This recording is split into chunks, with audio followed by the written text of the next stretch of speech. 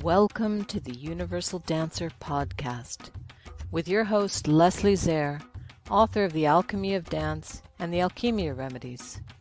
Coming to you live from Cairo, Egypt, the ancient land of Chem.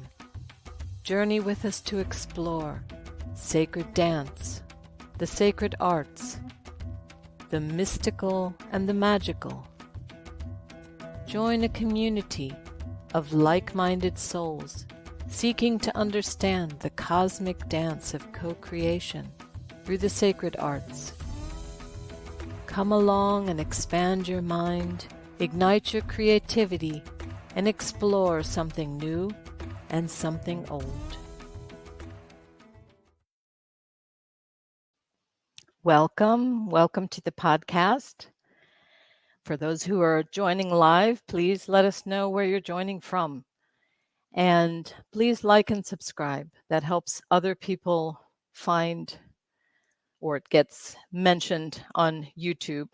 So I think we're going to just jump right in, and I'm going to introduce you to my guest. My guest on this episode is YaAcov Darling Chen. YaAcov has been studying and practicing shamanism all his life. When he was 21, he was hit by lightning, and through this began a 3-decade-long journey of initiation. He has been recognized as a practicing shaman by elder shamans from the Sami European tradition and the Achuar and Sapara peoples of the Amazon. Together with his wife, Susanna, he is the co-creator of Movement Medicine, a contemporary and dynamic shamanic practice designed to support people from all walks of life to be who they are and give what they've got. YaAcov's work comes straight from the heart. He inspires people, often with great humor, to remember who they are. He is the best-selling author of Jaguar in the Body, Butterfly in the Heart, and creator of Shaman Song, Shamanic Journeys to Empower, Inspire, and Reconnect, and the co-author of Movement Medicine, How to Dance, Awaken, and Live Your Dreams. His newest book, Shaman, Invoking Power, Purpose, and Presence at the Core of Who You Are, was published by Hay House in spring 2020. Let's welcome YaAcov to the show.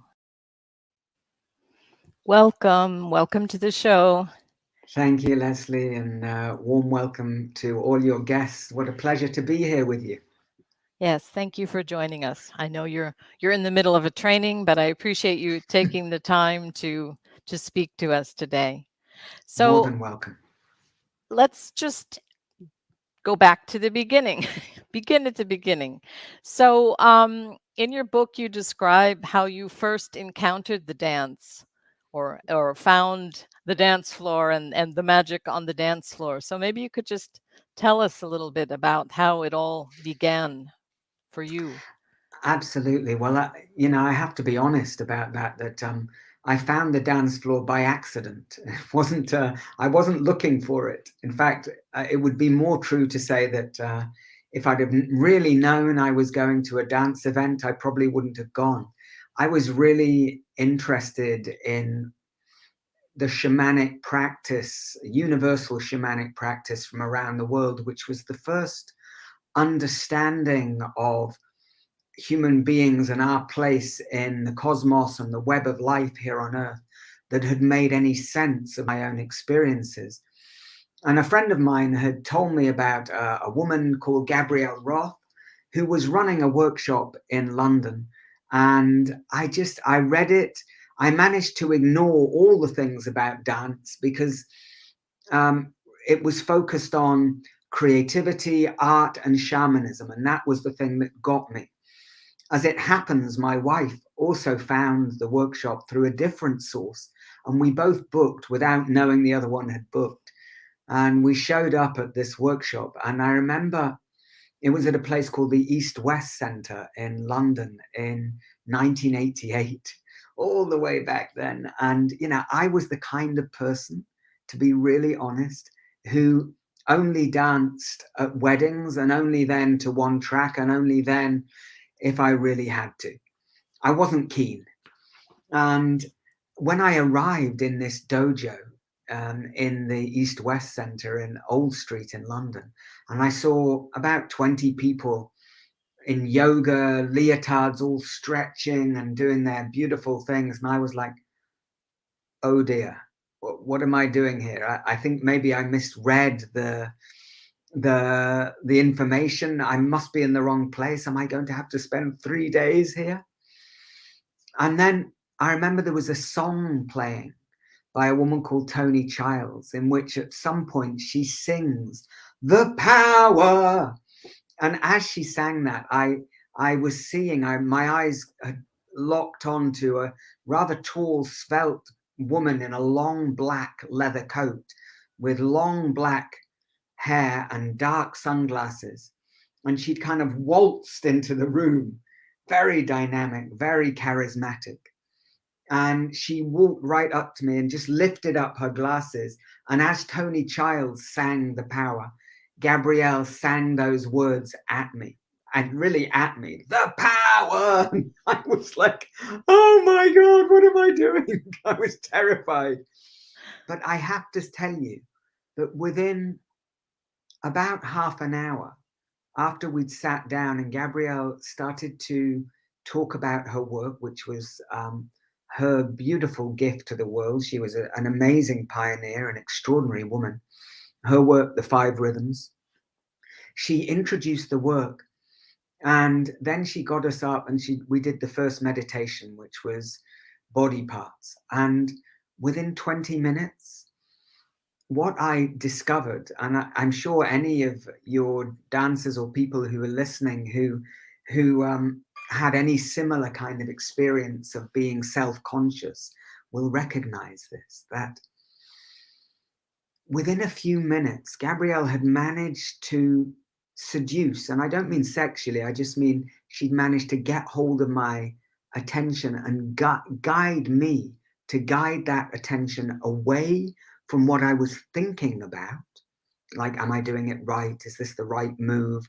Maybe I should be faster or slower or smaller or bigger, or all of this internal dialogue.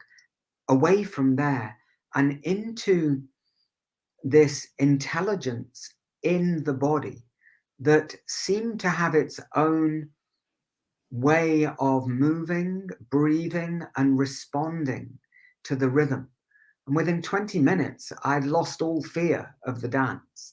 And I was amazed by the level of creativity that was in this body, not in my head, but in the body and in the rhythm and in the breath. And I knew then that I'd found my work. And that was, well, it's a long time ago, too long to think about. But I think what you're saying is so important, because when we think about conscious dance or sacred dance, I think a lot of people are intimidated because they think they have to be a dancer. So this is why I love your story, because you didn't go in looking for dance, but I think you found the magic of the dance, or the power of the dance, as she said to you before before you Yes, yes, began, that there yes, is this power, and to tap into that intelligence that the body has is amazing. I don't think that, and again, it's not at least for me, it's not it is dance, but in a way it's a whole different thing. So it's yes. maybe, and it's more than movement. I mean, it is movement, but it's hard to really put it in words, I think. Yes, I think the way I might describe that, absolutely, I understand. It's not dance in the way of performance or dance in the way of doing somebody else's moves, learning somebody else's choreography, or like performative, like look at me or don't look at me. It's much more to do with the intelligence of life itself. And one of the things that Gabrielle often used to repeat was, listen, guys, there's only one difference between a living body and a dead body, and that difference is movement. Therefore, life is movement.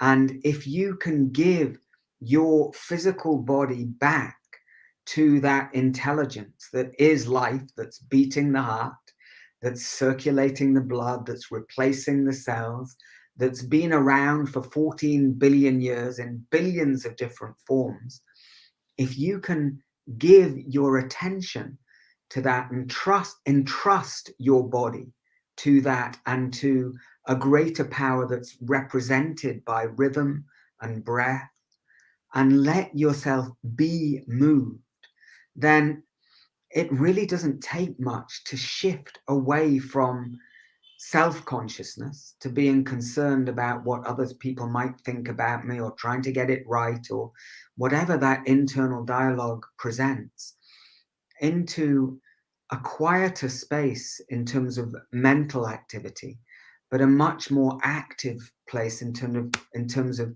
kinesthetic and emotional intelligence, like the intelligence that's in the body already. Some wise person, not me, said that dance was our first religion, and I think that that's true.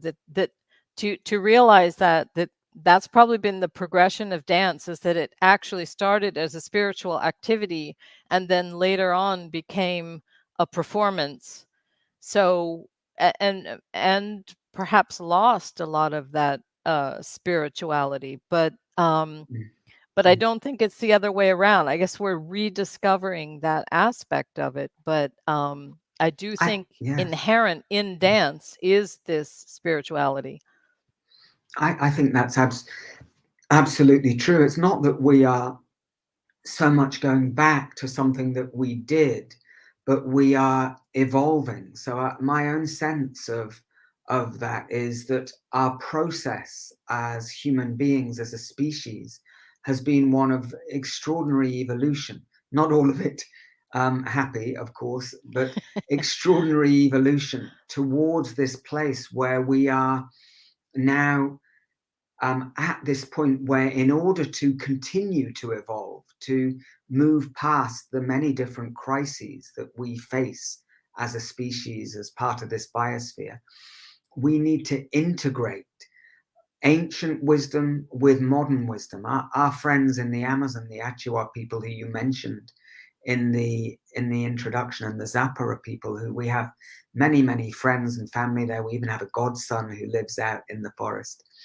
and they talk a lot about, in order for us to really evolve through this time that we're living through, we need to integrate the what we used to know with what we are discovering now. So, our work is very much a fusion of ancient and contemporary knowledge and wisdom practice, from systems theory to constellations to psychotherapy to trauma awareness of how the body is such a mirror of our condition, and the intelligence of the body is different than the intelligence of the spirit, but they're both enhanced by connection. And that was Gabrielle's brilliance. She brought the body back into spiritual practice in our worlds. When I say our world, I'm talking about the industrialized world. Mhm. She really brought it back in. Like, no, it's not that spirit is somewhere over there and divine and high and pure and like ballet away from the ground. Ballet came out of that aristocratic wish to be above the peasants and the smell and the mess of humanity, to be above that. And beautiful as that art form is, and strong as it is, it's a particular story of how to control the body, to lift ourselves up towards spirit, rather than Gabrielle's invitation was, no. You're here on this earth. You're here for better or worse, for a short or a long time, to embody your spirit, to bring your spirit, your sacred sense of what your real divine purpose is on this earth, yours, your individual, and then to find the people who you can join that together with, dance together, and so that we can support one another to be who we are and give that gift. And this is all about making that bridge between the spirit, our more eternal intelligence, and the temporal passing intelligence of the body. Excuse me.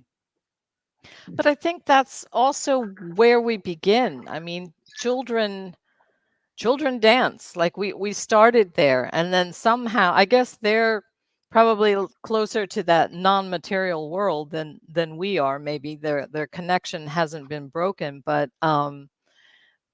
if we could just maintain that, I think that would be a good place to start. Well, I mean, absolutely. Children are, they're natural dancers, aren't they? They're natural feelers. They know how to move through the weathers of their heart very, very quickly.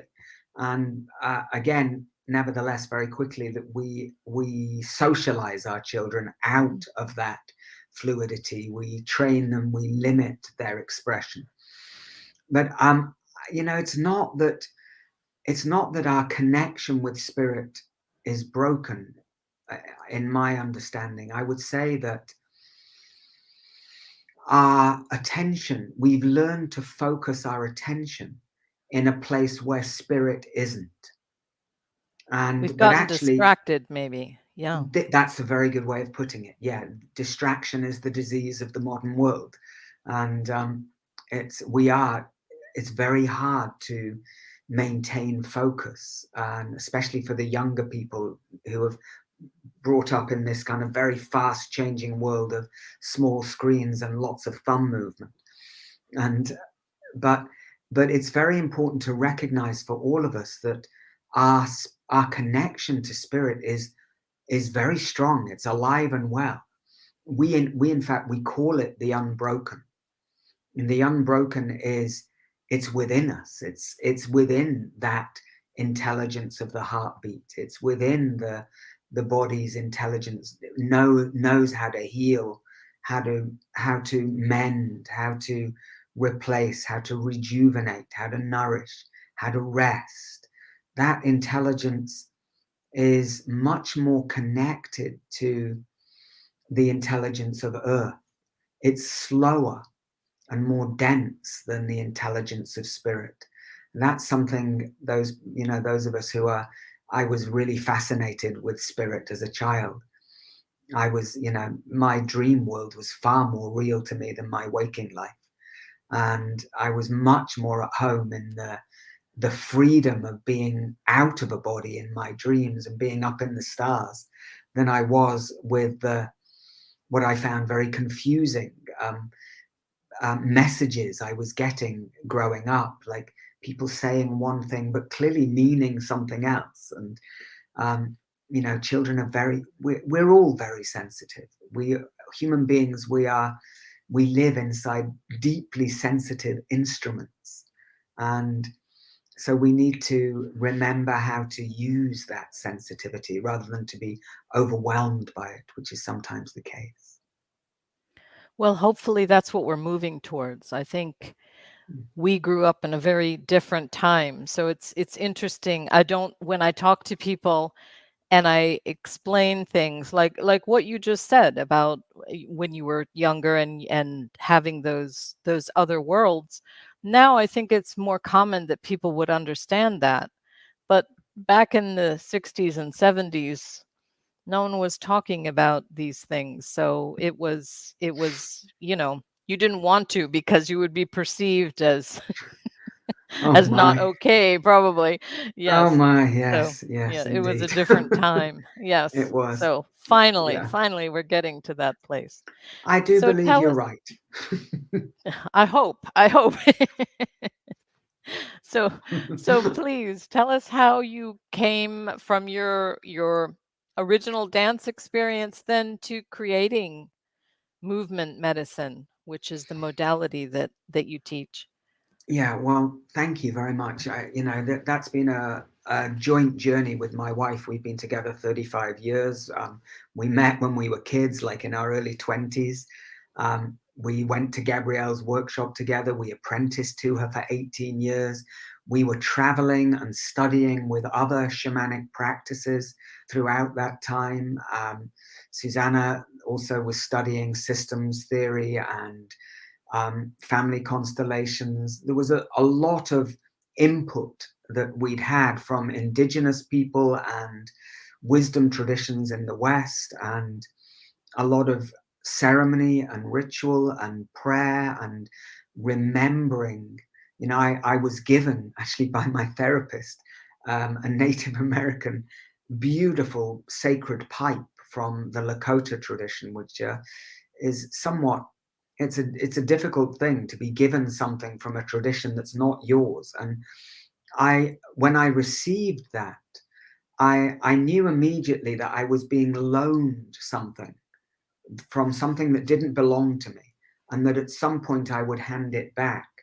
But I felt like with that pipe, I remembered how to pray in a genuine way. And when I say pray, I mean really be in dialogue, direct experience of connection with a greater power than myself, whether it be the sun, the mountain, a sense of the eternal, whatever names we might have for that. So there was a lot of study and a lot of work. And then I'd also, in the late 1980s, I'd been working with a half Cherokee, half Irish, extraordinary being.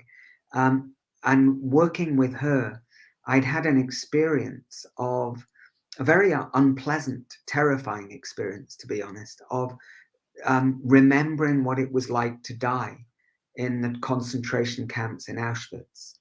And, I don't like, I understand these are difficult things to talk about, but I experienced that, and I made a promise to this medicine woman that I would go to Auschwitz and I would dance for the children that had died there.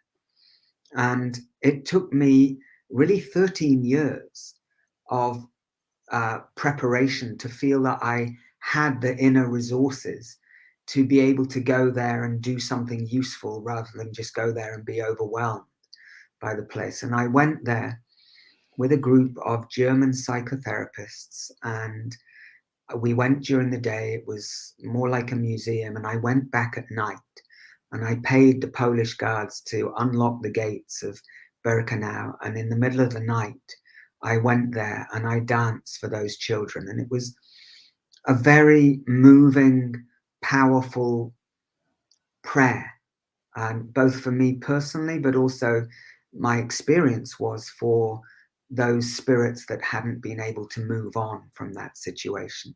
I made a connection. And I went to bed that night thinking, thank God that's done. I can let that go now and I can get on with my life. But that night I had a dream, very powerful dream. It went on for a long time. And in that dream, I was in Auschwitz, in the camp, but there was a festival happening. There was a music festival. There were workshops. There were people from Palestine, from Israel, Germans, Polish people, people from Cambodia, many places where there'd been all kinds of genocide and human suffering. And it was a festival of workshops. And everywhere there was this symbol. I kept seeing it, and I kept asking people in the dream, what's this symbol? What is this? And it was a phoenix with the 4 directions and 9 circles at the top and 5 circles at the bottom, very specific. And they said, well, this is your dream. This is the Phoenix Festival, and this is your work. Wow. And the Phoenix Festival celebrates every human being's ability to rise from the ashes of their suffering and tell a new story. And so I received that dream. I got an artist to draw that mandala. And at the same time, very similar, Susanna, my wife, had a dream where she was commanded. It wasn't a dialogue. It was being told, your work, Instructions. it was instruction. Your work is called movement medicine, like Wow. that. And then we put these 2 things together, and it took us 3 years. We were in the Amazon with this mandala. We were told that the mandala contained all the teachings of the work that we would be bringing into the world. And it took us 3 years to decode that and to understand it and get to a place where we could feel that we were able to offer it. And at that point, we, as it happens, it had been 18 years of apprenticeship with Gabrielle, and 18 is a good time to leave home. And on the spiritual level with Gabrielle, we had a very deep, clear understanding that that was the right thing to do. On the personality level, it didn't quite work out as peacefully as that, and there was a lot of misunderstanding, and like a difficult divorce when we left home, so to speak. And that was one of it was a very sad moment for us, because we loved Gabrielle. We were totally devoted to her and her work, and we had it wasn't our plan to leave. But it was very clear for all of us that that was the right thing. And that was in 2007. And we'd already been teaching for 20 years. And we'd ran her school in Europe, etc. So movement medicine, which is based in this mandala, which has 21 gateways. And the mandala is a story. And we invite our dancers to step into the center of that story, where the phoenix is. And the phoenix is made up of the yin and the yang, and the dance between them, the life, death, rebirth cycle. We invite people to step right into the center of that mandala and discover in that landscape their relationship to each one of those gateways. And each gateway provides us with an ongoing inquiry, like, what's my relationship with my body? How am I with my emotional intelligence, with my heart? How am I aware of the story that my mind is telling? And how much am I training my mind to pay attention to what I want to connect to? And so on. There are 21 gateways there, and it's very profound. And we are very much its students as well as its founders. And how is this done? Do you do it as a workshop, or there are levels, or how is it presented? Well, we have everything from really short introductions. We now have my wife is super sensitive and connected. She gets very good advice, and so several years ago she was being told very clearly, listen guys, it's time to stay home and connect global, stay local, connect global. And so we were planning for April 2020 the launch of our online portal, which is called the Movement Medicine Study Hub, or 21 Gratitudes. And that is literally, it's a study hub, a community of people from all around the world who are studying this practice. And that is everything from a 1 hour live class once a month to a 15-minute mini embodiment practice. And each month we focus on one of those gateways. We also run online ceremonies. They're called Tribal Heart, to map the turning of the year. And that's our online work. We also are running a lot of courses, self-study, and also live workshops online. Alongside that, we have our work in the room that we're now just coming back to, the face-to-face work. And that is everything from evening introductions to, the flagship event of our work every year is called the Summer Long Dance, which is a 6-day gathering which involves a 72-hour ceremony where people fast and we pray, we dance for 20 hours a day, not the whole time. And there's time for rest and to go at your own pace. And that's a giveaway. Nobody earns any money for that. It's a fundraising project. It's so far raised more than £500,000 for the Amazon and many, many incredible projects around the world. And that happens in the summer. Alongside that, we're just completing our 7th generation of apprenticeships. We're just right now in the middle of our 5th professional training. So it's kind of a busy time in our lives. And Well, that's but we great. love our work. We love our Yeah. work. We're very privileged. No, and it sounds wonderful. That I'm all for taking time to allow things to unfold. I think to just, try to pack it all into a weekend or something is, you're never going to Oh, find much depth with that. So if no, you have an ongoing absolutely. thing, I think that's wonderful. Yeah. Well, part of the thing about setting up the online work was to provide a bridge between the intensity of being in the room for a weekend with being at home in your day-to-day life. And of course, the time of the last 2.5 years of many people needing to stay home, having to stay home, has really helped us to learn new skills, like how, like right now, through this medium, we can connect. You're in Cairo, I'm here in Devon in the southwest, and not an air mile in sight. It's extraordinary. This is, sign of our brilliant human creativity, that here we are, the beneficiaries of our these brilliant minds that we have, and brilliant problem solvers that we are. So, but the skills that we've been learning are how to be in the intimacy of your own home. Like I'm here in our little studio in the garden, and there you are in your place, and the people listening in their place. You can be at home, your family is around, whatever it is, whoever you're living with, your work, and you can have an intense experience that goes for 20 minutes, like a morning meditation, and then get back on with your life, which is wonderfully integrative. And integration is, it's one of the things which we believe really sets movement medicine, um, I wouldn't say apart, because every pathway has its specific unique medicine, and is, very important part of the picture. And but it's one of the things that we're very hot on. We one of the questions we were asking when we were decoding our mandala was, so of all the things we've studied and all the transformation that we've been blessed with in our lives, and the healing that we've experienced, and not all of which was easy and joyful, some of it was really tough and difficult times.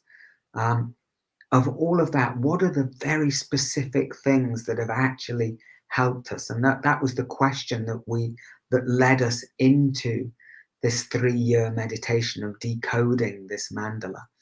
And we didn't just take our own word for it. We went and spoke to many people who we'd never met, but who had strong reputation for their intellectual intelligence, or their spiritual intelligence, or their emotional intelligence. And we brought our work to them and discussed it with them, and asked them to challenge us and to say, well, what do you mean by this, or what do you mean by that? That's so.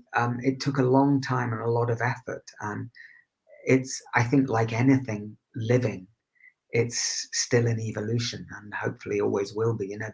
The people that we're training, Gabrielle used to talk about us as each one of us is like a fine wine, and you stay in the dark in the bottle for a while until it's your time to be poured, to give your gifts, to share your medicine.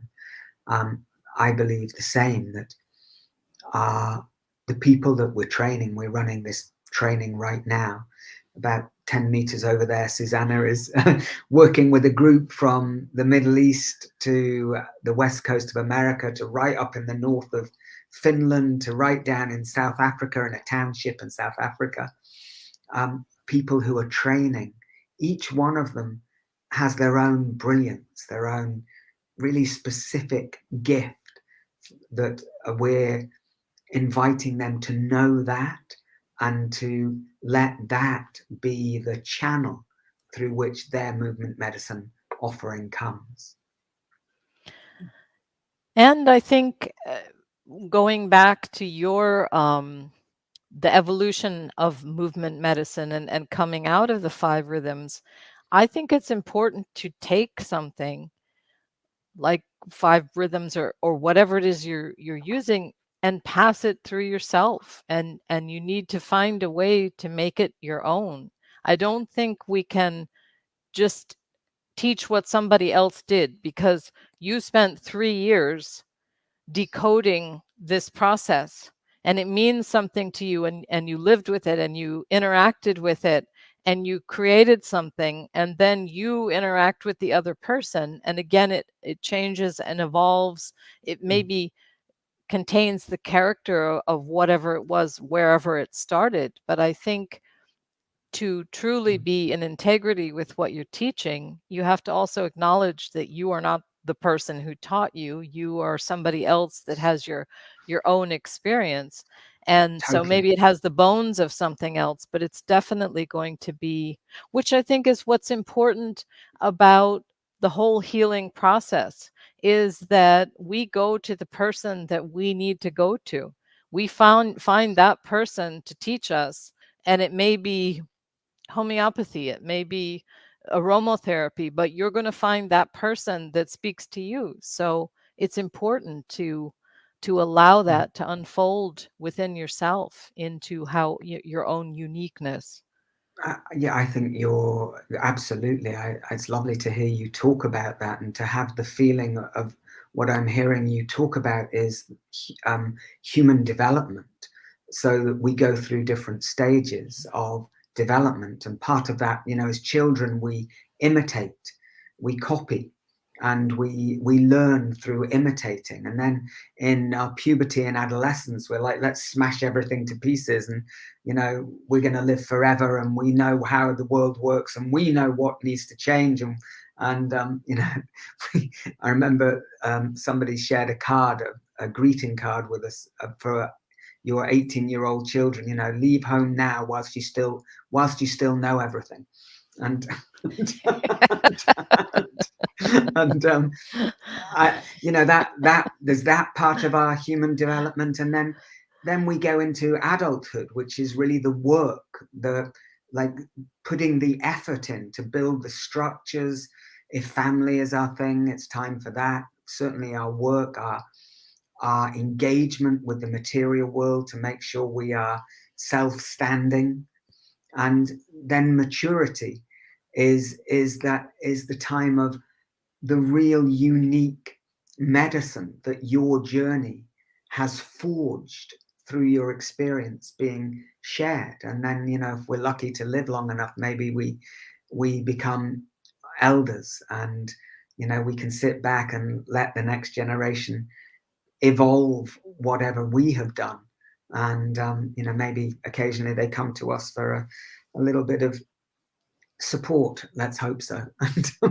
And yeah, so I think that human That's when they development. get older and they realize Yeah, that's that right. we That's when actually they. do we do actually do know something. Life experience True. teaches you a lot. It Uh-huh. really does. And it's so beautiful. The other thing I heard in what you're talking about is the dance of life, which is fluidity and structure. And so the question always we're asking is, are the structures that we're offering liberating or imprisoning? And like the body can be an imprisoning structure if it's full of memory and tension, and we haven't found the way to release, to let it go. Or it can be really a liberating structure through which we experience the sacredness, the spark, the creativity of life. And there's a certain amount of choice in that. And evolution is like a wheel.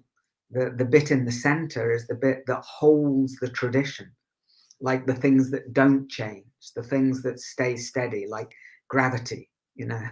Thank goodness gravity is not fluid. It's pretty constant, at least so far. And I was going to say yes. until now. Until now. Yes. But this is like the center of the wheel, and then around the outside you have the evolution, the new. And it's the relationship between that which doesn't change and that which is change that creates a steady evolution, like a creative evolution, rather than one that's just purely destructive and overwhelming. But I think that's the point that we're at too, is that integration of opposites, to realize that we can hold two opposing things at the same time. and Yeah. I suppose that's also reflected in our brains now. We understand that both sides of the brain are important, and that we need to use both sides of the brain, and to find a way to integrate both of Yes. those aspects. Very important. Yes, absolutely. That so that I think about Ken Wilber, the great philosopher who talks about rationality being much closer to genuine mystical experience than um, a kind of childlike feeling of oneness that like before we've individuated. And often there's a lot of people, I think, go into spiritual practice with that childlike, innocent naivety of we're all one, and before they've actually done the work of individuating. And the process of individuating also is the process of um, exploring the consensual reality, our rationality, that ability to exist and to communicate in the world with one another. And through that, there is a gateway to something more trans-rational, like genuine mystical experience. And so in our work, we're very clear about working with not just the body, and but also with the heart, but not just the body and the heart, but also the mind. Because we kept finding um, this was one of our real challenges on our journey, was we'd have these wonderful ecstatic experiences, and we'd be free, we'd be with our wings outstretched and with the angels and in the ecstatic surrender to the bigness of the universe, and how wonderful. And then beautiful, and then we'd come back, and our little pea brain was still talking to us about how we're not good enough, how we need to push, how we need to do this, how we need to do that. And nothing really changed. And we suddenly, it dawned upon us that the reason that things weren't changing is because we were not updating our sense of self. We were not working with the story that we tell and how we construct our perception through that story. And that became a very important part of our work, to really, through the dance, to train the mind to listen, and rather than to be closed, to be open to what it doesn't know, rather than closed and fixed on what it thinks it does know.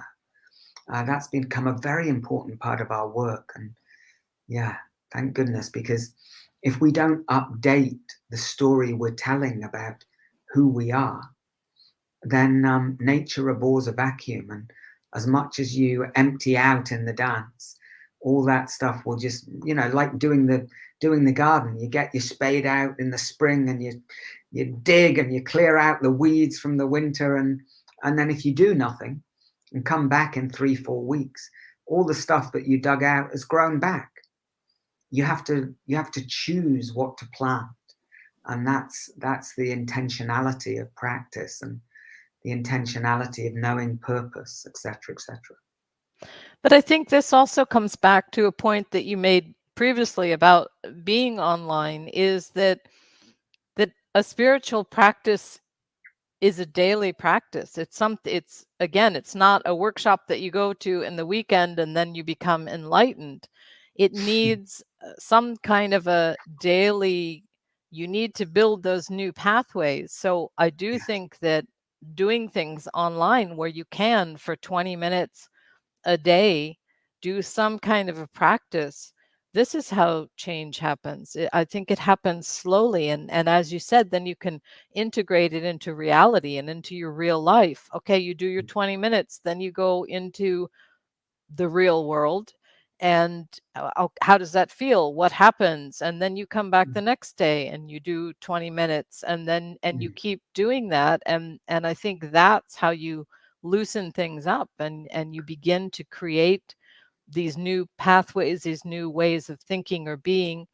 But I personally think that's a really important point, that you have some kind of a practice that is daily, or even if it's not every day, that it's a continual thing, that it Yeah, doesn't end. And I think absolutely. those of us who have been doing spiritual practices for a very long time realize there is no end. You never get to the end of it. You keep going deeper. But I think that's really exciting. For me, that's the exciting part, is that, okay, I've learned something. Now I can go deeper, and then I can go deeper, and I can go deeper. Yeah, And it's exciting that it never ends, because it isn't, a certificate that we get at the end of something and we're done and we go on to do something else. It's a real process, and like you said, an evolution, I think. beautiful.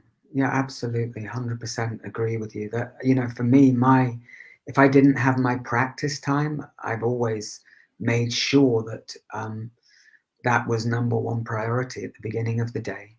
And we have very strong practice. We get up early in the morning, we have our little tea ceremony, share our dreams, then we do our breathing exercises and our movement medicine, then we go and get in a cold lake and stand still for 3 minutes and feel the cold. And on the way we feed the chickens, and this is how we start the day. And it's a refuge. It's a place to remember. It's a place to water those seeds that we find through our work, through our journeys. And absolutely so important and very lovely to feel in your words. It's not even in the words that you're saying, but I have a sense listening to you of those years, decades of committed practice that give a sense of ground to know what it is you're sharing with people. And it's, what you're saying about it never ends. I remember having a vision of I'd been in a room in a house, and I loved the room. And then I found the door out of the room, and I saw there were all these other rooms in the house and to explore. So I started exploring all these other rooms, and each one of them was a mystery with all kinds of different art and different ideas and different teachings and different pieces from the past. And then I discovered the front door, and I stepped out of the house, and I saw that the house was in a landscape, and in the far distance were these mountains. And I started walking towards the mountain I could see. And I walked for several years until I got to the top of that mountain. And I was like, I'm here at the top of the mountain. And that step that I got, the last step up onto the mountain, I saw that I was on the smallest mountain of a range of mountains that went on apparently for infinity. And I was like, oh. That's what I Yes, mean. yes. That's it. Uh-huh, That's how that's it the is. perfect description. Yep. Oh, Yep. yeah.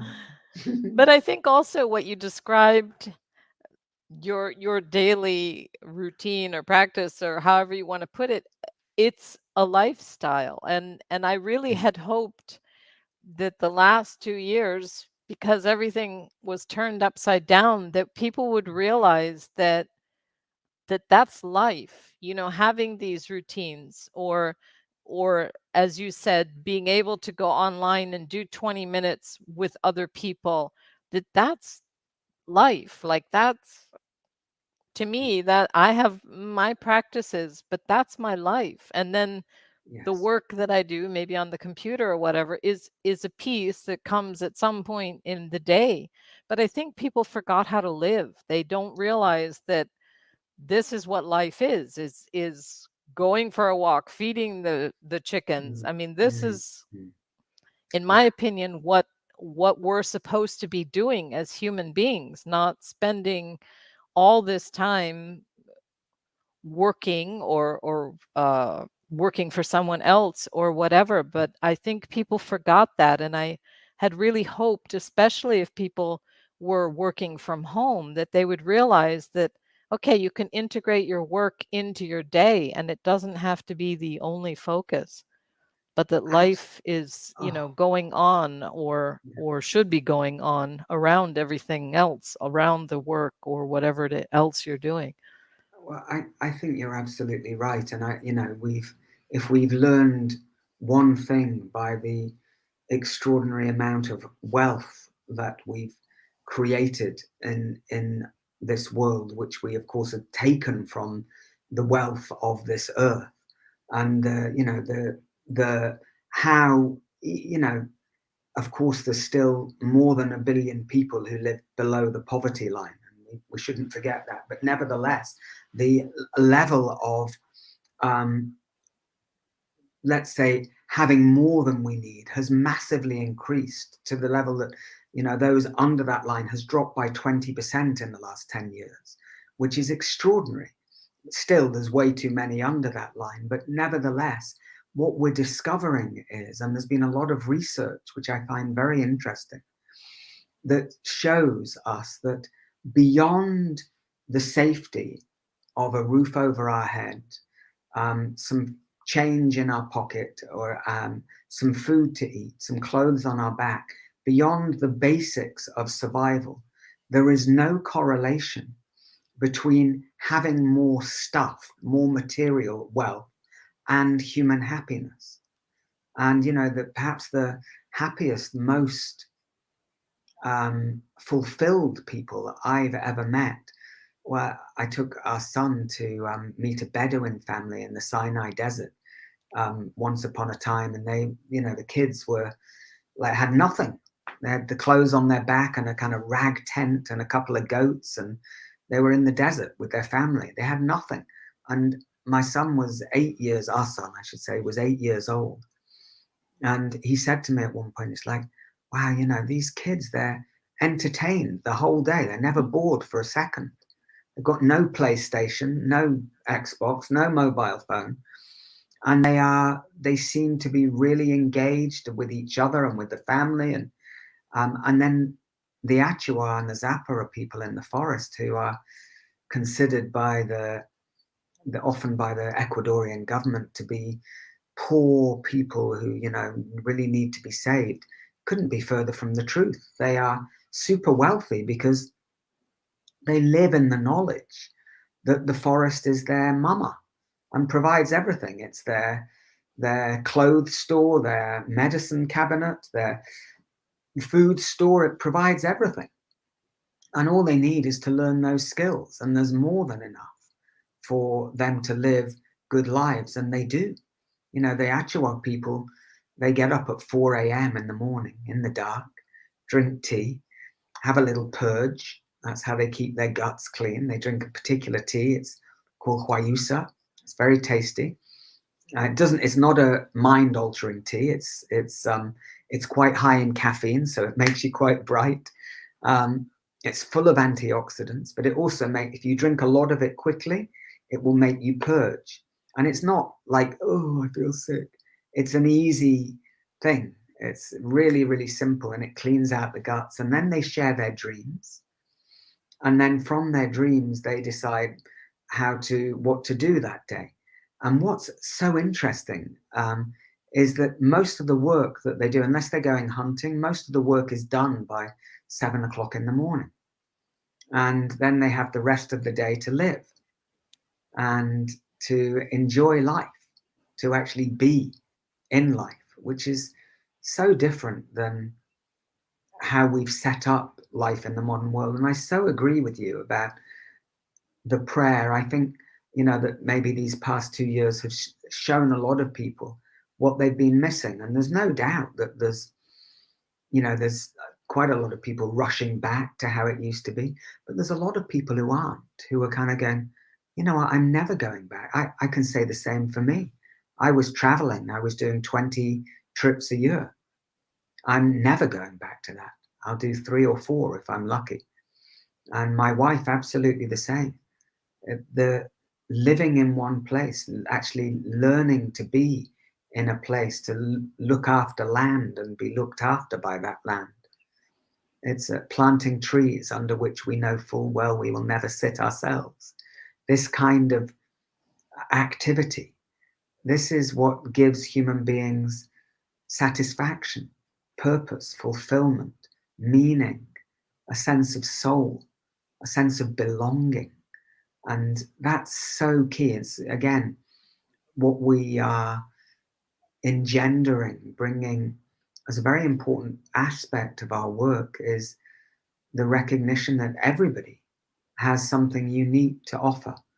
And so there's a place in the circle for you, whatever your experience is, what, you know, whatever you've come from, whatever trauma you've been through, or kind of relatively okay kind of existence, whatever people, whoever your people are, you know, we all have so much to learn from one another. And that sense of, Susanna often says, we create community where you're not having to conform to belong. And at the same time, you can be an individual without falling into individualism. So that, as Malidoma Some, the beautiful Dagara medicine man from West Africa who died recently, was often talking about, that the real relationship between individual and community is mutually upholding, so that the community is strengthened by the success of the individual, and the health of the individual, and the health and success of the individual strengthens the community, and it's a mutually supportive relationship. And this is something that I think, again, we are in the process of evolving. We've strayed, but hopefully we're on the path back to realizing how important these things are. Yeah. Yeah, I would say we are. It's not that we, you know, I like, for instance, we have very interesting discussions about this at home, about like the story, like the Garden of Eden, that we were in a paradise and we got thrown out of paradise and we need to find our way back there. To me, that doesn't make sense. My sense is that actually we're evolving what paradise can mean on earth. We are moving towards that. We are developing our capacity to imagine what we can be as a species that is a benevolent presence, as part of this biosphere, rather than, you know, a scourge on it. And we you know, we have the technology, we have the imagination. We just need a little bit more strength and individual and collective power to bring that about. Because it's one thing that, you know, we're very passionate about, is if you want to make a difference in this world, you have to develop your power. Like, you can't make power bad and then just give it away to all the people who couldn't give to whatever's about how they use that power, because they just take it and do what they want to do. So people who want to create a little more justice, or a little more benevolence, kindness, consciousness, we need to grow our power to be able to bring that about and to uplift one another to do that. Yes. And clearly, when we lose our way, the universe steps in. You're going to stay home now and think about this. Yeah, right. Yeah, absolutely. You're going to find a new way to live. Yeah. Yeah, absolutely. Totally right. Totally right. Well, thank you. Amazing. Thank you for being here and speaking to us. And tell us about any up and coming events that you have. Oh, thank you so much. Well, actually, the next event that we're preparing for is something called Encounter, which is based on the last book I wrote, which is called Shaman, which is an invocation of this really down to earth but inspired human archetype, inner archetype, the inner shaman. And Encounter is a 3-part series. Part 1 is available as a self-study course, and then part 2 is beginning on May the 12th. And we're offering that as a really special bundle at the moment. So you can do part 1 and then hop into part 2. There's not so many places left on that, but it is there. And you can find that at, if you go to 21gratitudes.com, that's the middle of those 3 websites, and click on courses and workshops, you'll find that there, Encounter. If you want to try something a little shorter, then on the 29th of April, we have our next Tribal Heart, which is an online global ceremonial event. Last time we had many people from the Ukraine and Russia coming in to join us to lift up a prayer for peace there. And we'll do the same again. And it's a 3-hour ceremony to celebrate Beltane, which is the celebration of our creative sexual power as human beings. It's not about sex. You won't be asked to be naked or to engage in some kind of weird whatever that might be. It's really about the power of creativity within you. And as the spring comes, engaging that through your dance and turning it towards your dreams for yourself and your loved ones and for this community of life that we belong to. That sounds wonderful. And let me just, the websites are schoolofmovementmedicine.com and 21, the numbers 21gratitudes.com and darlinghan.com. Those are the websites. You also have Instagram at Shaman YaAcov and Facebook, YaAcov and Susanna DK. So you can find YaAcov in many places. Well, thank you.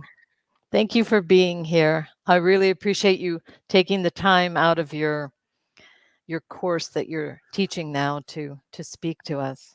So Well, thank you thank for you being too. here.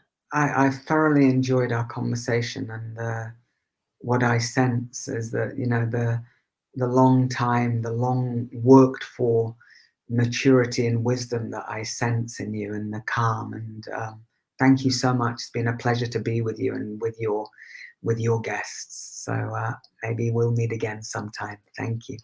Inshallah. All right. Thank Inshallah. you. Bye bye. All right. Well, that was very enjoyable for me. I hope you you enjoyed it as much as I did. And I just want to again encourage you to like and subscribe so that when there's a new video, you'll be alerted. Next month, my guest is Karen Kernadi, and she's the author of Our Love Affair with Dance. And that will live stream on the 8th of May at 4 p.m. Universal Time. So please, if you would like to join, to comment, ask questions, then please be with us live. All right. Well, again, thank you for being here. And I hope that we will see you again. Thank you.